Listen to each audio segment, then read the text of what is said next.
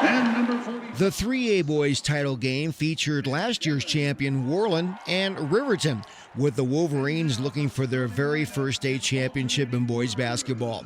Worland in the black uniforms had an enormous presence inside with 6'8" Cody Barmstark, who was effective on both ends of the floor.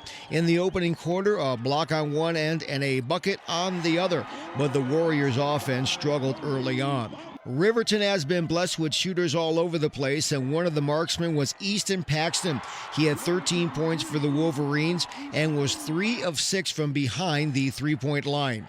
Meanwhile, Worland was having trouble getting into an offensive rhythm. Even though Baumstark will get inside for the deuce, he had a dozen points in this game. Riverton's big man, 6'8" Solomon Van Dellen, with a very strong first quarter, so his efforts propelled the Wolverines to a 20-6 lead after the first 8 minutes of play.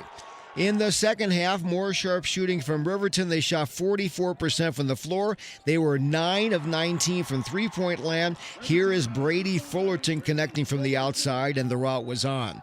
Worland trying to muster anything they could get. Stone Ramos was in double figures with 10, but the Warriors needed a lot more than that. Kylan Schultz had 14 points for the Riverton Wolverines in this game on 5 of 7 from the field. This team is very, very tough to defend because they come from everywhere. Fullerton had 7 points, and Taryn Debley had 13 for Riverton. Plus, the Wolverines had a gigantic rebounding advantage in this game.